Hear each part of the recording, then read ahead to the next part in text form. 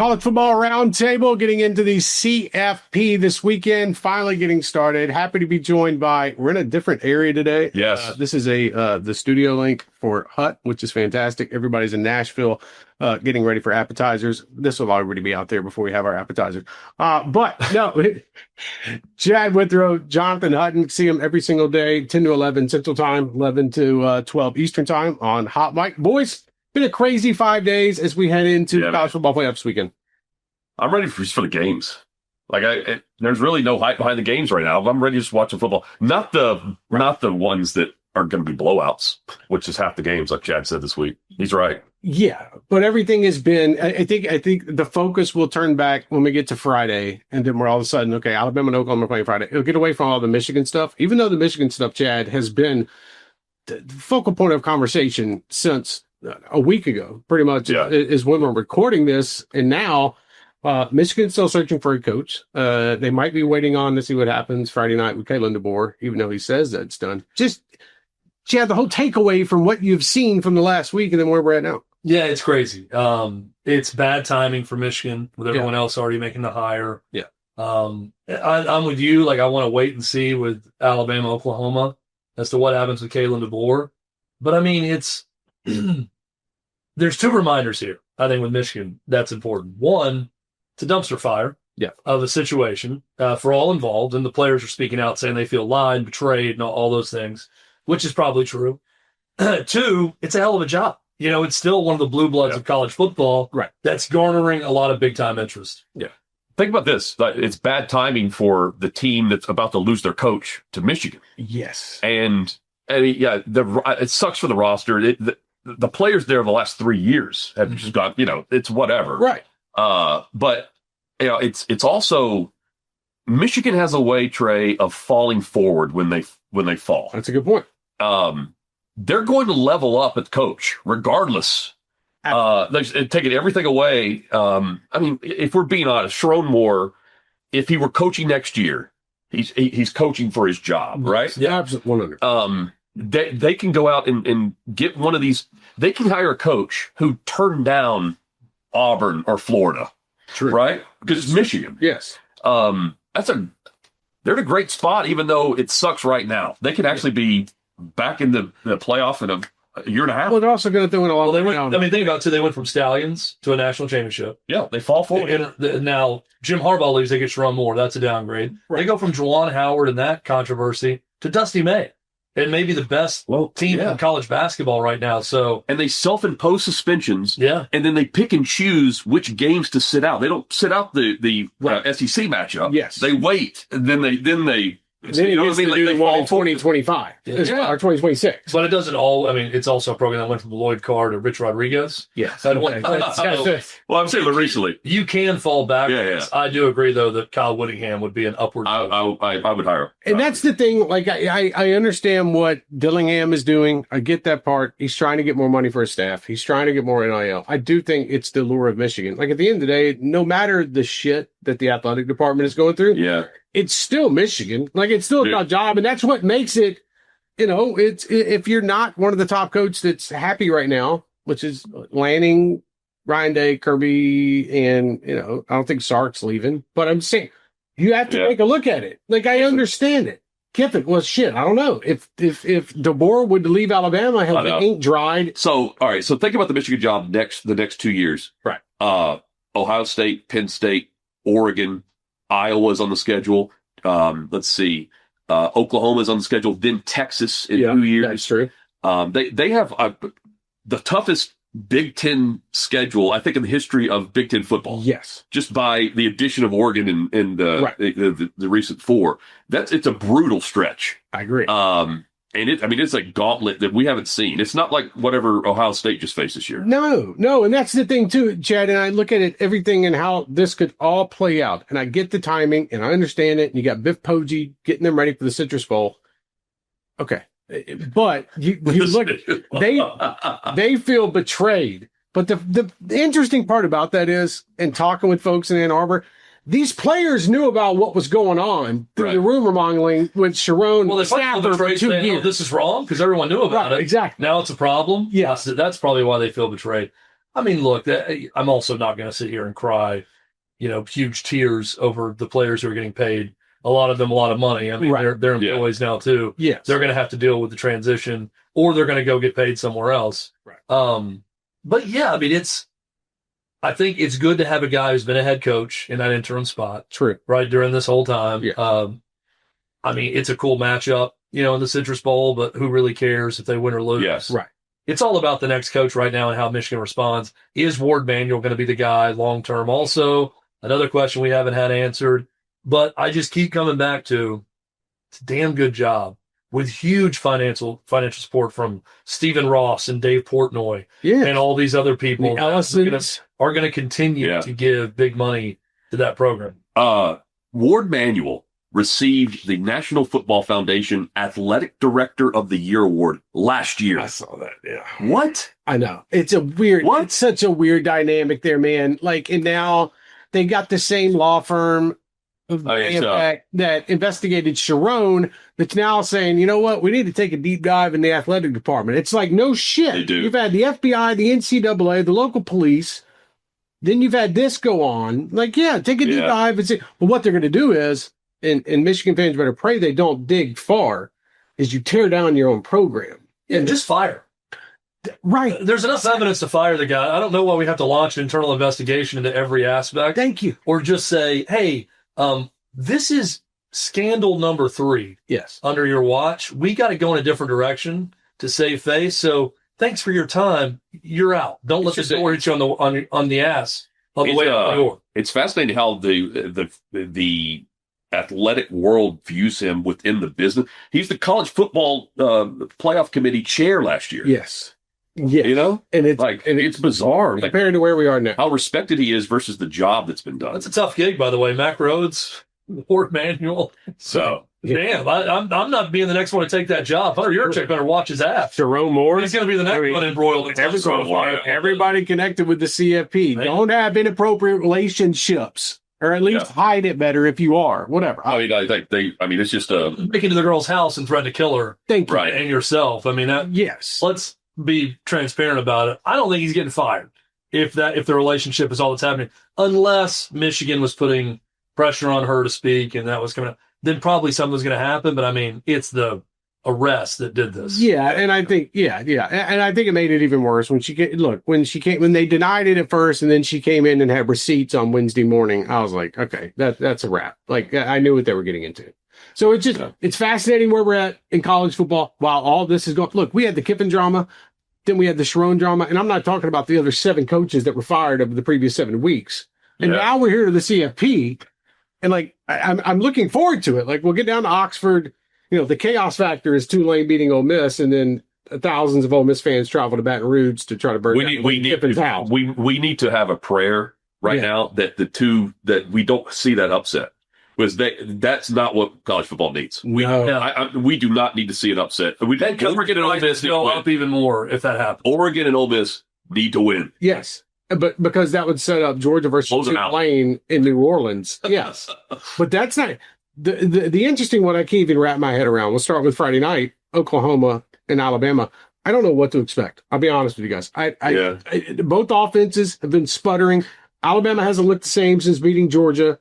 Oklahoma, I know they won in Tuscaloosa, but even John Mateer doesn't look like himself, Chad. And I just wonder now, is this the first to 17 that wins this game? I think Oklahoma, ended the season on a good note with the way they finished. The win in Knoxville, the win at Alabama. It wasn't great against Missouri in the end, I know, but got a win in that game at home. Their offense has never been that good. Yes. It would look good against Michigan in one game, and everybody's like, oh, Mateer's a Heisman hopeful.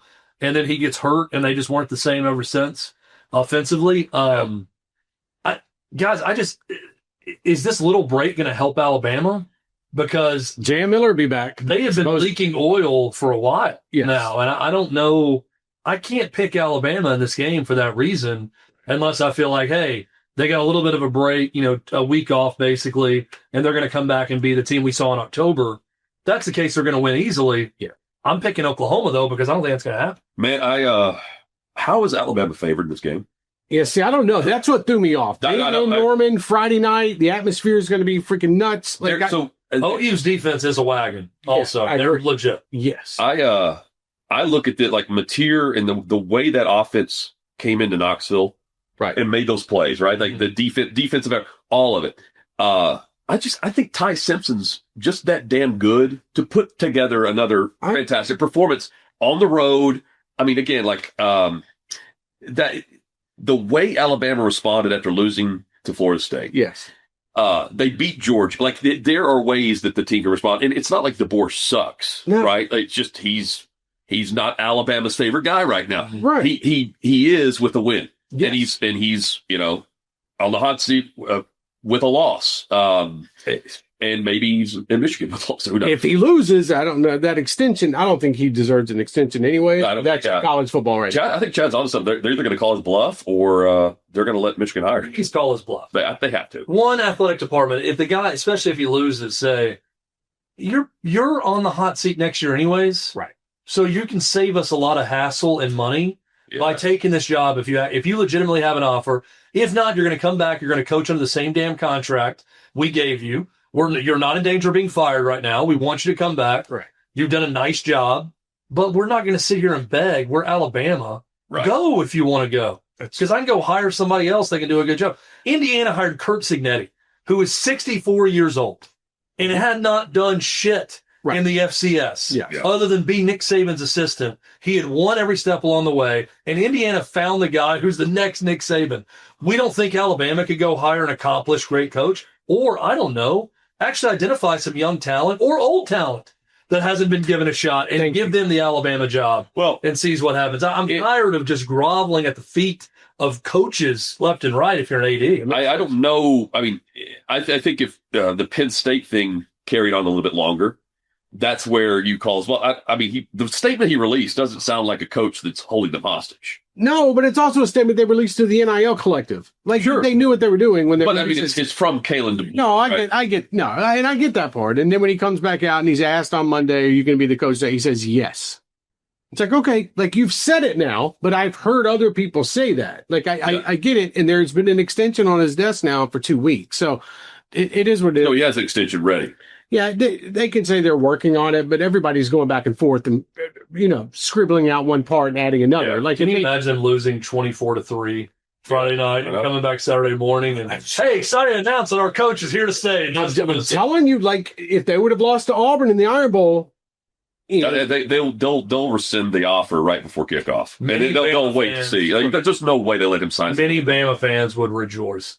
Yes, if he left for Michigan on Sunday. Yes, if they lose on Friday night. Yeah, they might want to. They might not want to. He's not a shitty coach. No, he's a really good coach. No, but he would be a great hire for Michigan. Yeah. I don't think he's done a bad job at Alabama. I mean, they're still recruiting at the same high level. Like they've been fine. It's just not. Whoever took this job was not going to be Nick Saban. Agreed. So regardless, we were going to compare this person to Nick Saban, and it wasn't going to be a favorable comparison, right? Yeah. So I think that's where we are with the DeBoer analysis. So who would Bama go get? Who was Bama hiring? Dabo? Like, I don't know. You got to figure out who hasn't signed the extensions yet and whose buyouts aren't absolutely nuts at the moment. I mean, Kiffin will get another one. Okay, then you maybe go try Lincoln. I mean, if he really wants out, that would never work. You can't go hire Sark, from Texas. I mean, hire Kane Womack. Right, exactly. It's Alabama. Like, yes, Georgia hired Kirby Smart as a coordinator. Yes, Oregon hired Dan Lanning as a coordinator. There are coordinators out there. Sure. You could go old school and hire someone at $4 million a year.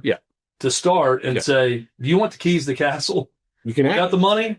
You got the infrastructure. You're going to be able to get top assistants. You're going to have a huge salary pool for that. I mean, I know Alabama fans are going to pitch a fit if they don't hire some big name, but it really doesn't. I want to see somebody after Jeff Landry, the governor of Louisiana, talked all that shit about we're going to break the mold and we're going to do this. And then he's on the phone. Hey, Lane, please, man, come on. Please, come with me. Come on now, man, Lane. And give him whatever he wants. I'm like, God, somebody show some balls. I'll say this, man. There's a handful of coaches who turned down Alabama. Yes.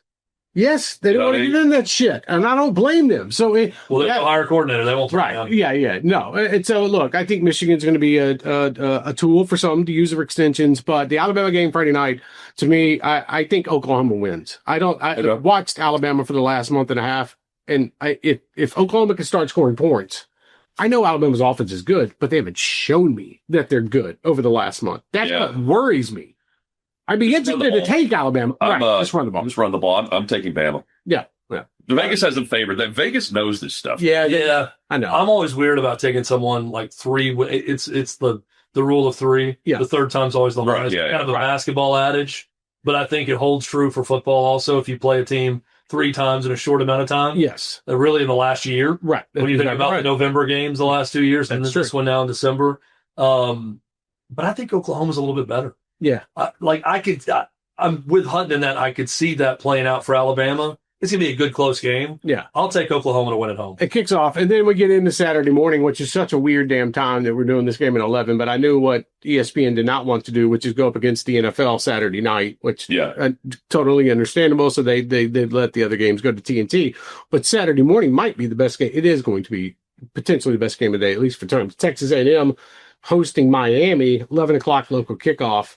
And to me, like, this one is one of those where Carson Beck's offense, I've seen it. I've seen it be good. I've seen it be bad. I've seen their defensive line be good. And then Texas A&M, folks remember what happened against Texas. Folks remember how the first half wins against South Carolina. Yeah. Like, this one, I honestly, I think Marcel Reed can pull it out for them. I think the biggest thing to me is I trust Mike Elko over Mario Cristobal.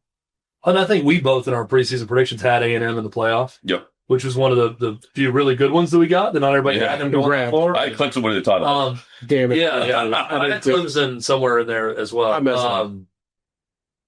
I think that Miami wins. Yeah. I really do. Like, I don't think A&M, I think they had a good season. Yes. They're not as good as their record. That's the winner. They got a very favorable SEC schedule, and they feasted on it. They did their job. I'm not taking that away from them. They got one of the best wins in all of college football. Yes. Winning at Notre Dame, even if they did hold their asses off on that last play, which they did. Okay. And they got away with it. Yeah. They had a great season. I think Miami goes in there and wins. So the winner in this game plays who? Ohio State. Okay. In Dallas. The Ohio State. Jerry's look, I respect the hell out of Elko. I know where you're going there. I'm taking Miami as well. See, that's what I know, and I think Miami's offense could go like that. And the one thing that I will say really goes in Miami's favor is their defensive line getting after Marcel Reed. We saw Ruben Bain. Yeah. Is amazing. Yeah, we saw Marcel Reed have problems against Texas and against South Carolina. To me, I'm going with Miami as well. Okay. I trust Elko. I think Carson Beck has a game. We just guaranteed an Aggies victory. Absolutely. Yeah. Miami. Congratulations, College Station. Not even wearing the Aggies colors. Yeah, I know. Yes. He did it on purpose. I'm going to get the shit game out before we go to the interesting game because of dynamics. JMU is going to Oregon. No offense, James Madison. Oregon. Right. I mean, Oregon will advance. Yeah, Oregon will advance. James Madison's good, for where they're playing. I mean, right. Like, whatever. I mean, I just don't win this game. Again, I don't want any validations for this being just the standard. This is not what the playoff. There is a reason why there are, I was told, 6,000 tickets still for sale by the Oregon Athletic Department. Yes. Holidays don't help, but this is a good opportunity for Bob Kenny Chesney to get his career started. However, after Saturday night. However, Ohio State, Tennessee failed to sell tickets last year at this time.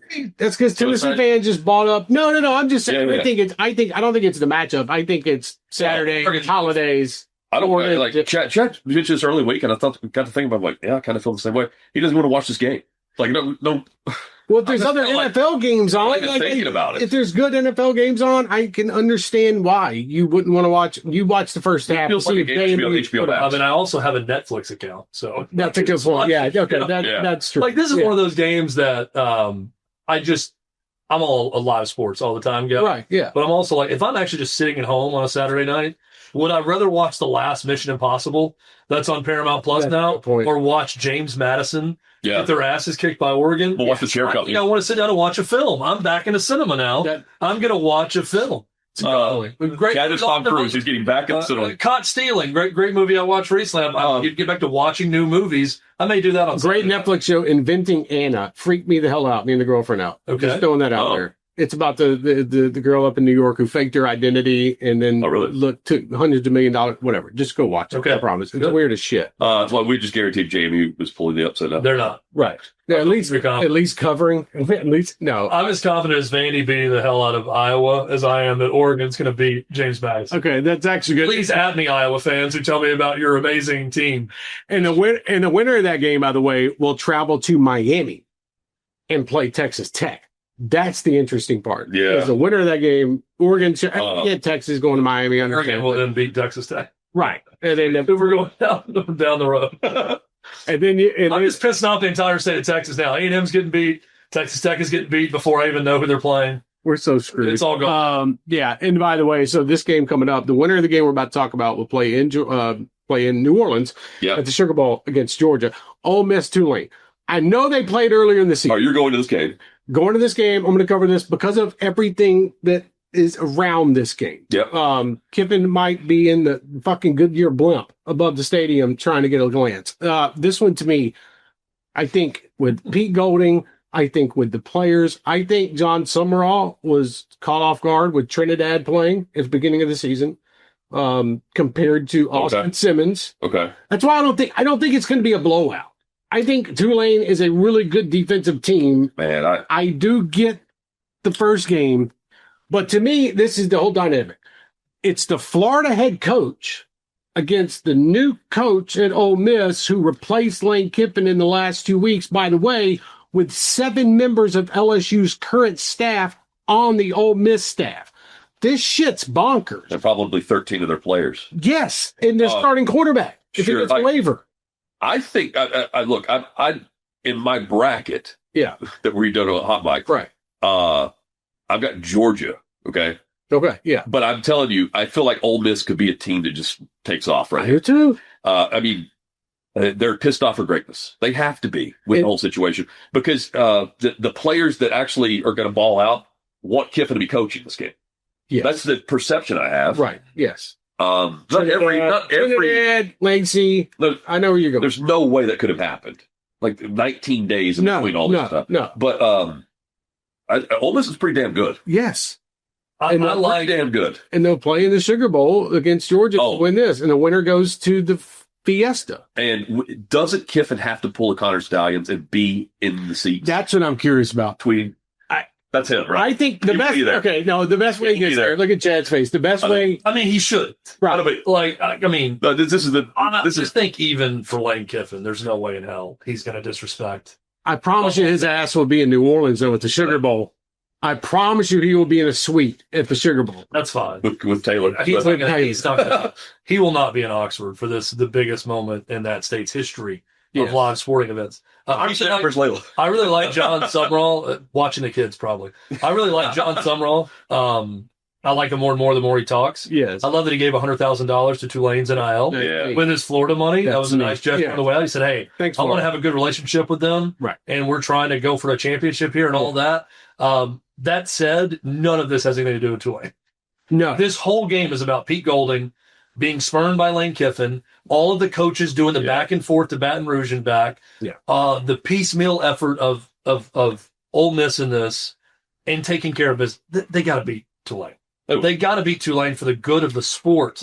They need to beat Tulane. And this is not some NCAA Cinderella story, March Madness thing. They need to beat Tulane in this game, and I think they will. And then once again, John Summerall can get started on his new job. I haven't heard a peep out of anybody but Yoli. So I did hear they're pretty locked in. Joe Judge talk. Like they I'm saying like the players and stuff. Like it just feels like they're pretty locked in. Right. No, it does. No, they have been. I'll give for a team that's already played. For talking to folks in Oxford, they're checked in the game. They're not thinking about the bullshit with Kiffin. That's why they wanted him gone to begin with. They're not wanting to deal with the stuff around it. And so I think they are locked in.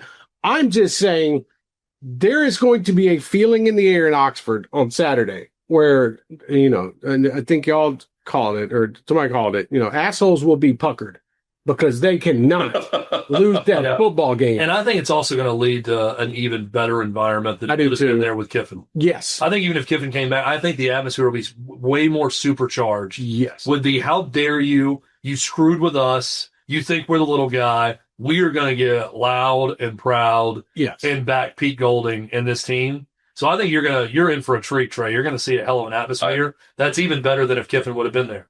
I want to spend 60 seconds with me on this. Yeah. Rematch against Georgia. Man. You're talking, Kiffin just gave up an opportunity to go win a title. If we believe that, we also believe in the fact that in this rematch, they can win this game. Yeah. I think Georgia wins, but I think I can see it being very close. I think it's a great match. Man, you bring Ole Miss and pack, really good. Pack the Superdome, and the narrative is still going to be around. Can Pete Golding do it? Defense is better and different than it was the last time they played. Yes. However, I think they're going to have a problem with Ole Miss and that offense regardless. Yes. And I think they will again. But I just think Georgia's too much. Yes. And the best part about it is I think at the same time, you've got, when you have Trinidad Chambliss and when you have Lacey, and Trinidad came out, he was asked, hey, what are you going to do about your future plans? He goes, I don't really know. I'll explore my options. Yeah. At least he talked about it. Like, cool. Like, I get that part. All I'm saying is their focus. This game's going to be fun. I think that the next week, when they beat Tulane, they're going to beat Tulane. Georgia, Ole Miss will be off the charts. And then our next round's games will be great. I mean, is it going to be Alabama playing in the Rose Bowl, or is it Oklahoma playing against Indiana? And then, we'll talk about it next week. But the Orange Bowl, everything is culminating, and I like the matchups. I think the JMU shit, while I get it, that's fine. I don't know if Duke would have been any better going to Oregon and playing. Yeah, Notre Dame, though. So officially, Trey, Oklahoma, Miami, right, Ole Miss, Oregon. Yeah. That's your picks also. Yes. Yeah. Hutton's one lone difference is I've got Alabama. You're taking Alabama. I'm taking Bama. No. Yeah. It'll be fascinating. We're going to have a fun weekend ahead. Don't forget, it starts Friday night, by the way. And then you have to watch the 2 afternoon games on TNT or HBO Max. It's actually both of them. They'll be on 3:30 and then 7:30. So no, it'll be fun. We'll come back. We'll discuss this weekend, and then we'll look ahead to the quarterfinals. Then we get to the semifinals. Before you know it, the season's over, and we can talk about house settlement bullshit once again. So Side piece bonds. Yeah, it's IP Spawns. And then we continue following Sharon Moore as a court case on January 20th, by the way. Saw him yesterday. He looked fantastic coming out of the jail with his wife. By the way, with the stroller. He had the stroller, too. He was looking svelte in jail. Yeah. Oh, man, I thought Sharon Moore was a bigger guy than this. Former offensive lineman. He looked kind of skinny. Yeah, dude. It was weird. Yeah. For the sake, it is strange to me the dude threatened his own life, and I was just like, that was the weirdest shit. Like, it was his wife next to him. I know. His office, and he's pushing this stroller. I know. And she's looking at the piece of paper. She's probably looking at the court costs and be like, oh, mother. And then at the same time, seeing the cameras and be like, I better say something. That's not make it look. So, tough situation. The young lady still has her job, by the way, in Michigan. And I would imagine she's going to get a check as well. The next chancellor. The way things she may have Lord Manuel's job before it's all said and done if she plays her cards right. It's all captivating. That's where we're at in college football. We might have a new coach at Michigan by the time we record this next week. We'll see how the rest of the week plays out. All right, tell everybody where they can follow you guys over there. At Outkick Hot Mic. No spaces. On YouTube. All together at Outkick Hot Mic. And we're live at outkick.com/watch, 11 a.m. Eastern. Hot Mic Cutting with Room. Yeah, a bunch of good interviews this week, too. Guys ready to go get some jalapeno poppers now? Some apps? Apps. It's app 30. You have a great week. Cheers. We're out. It's See you. Kickoff.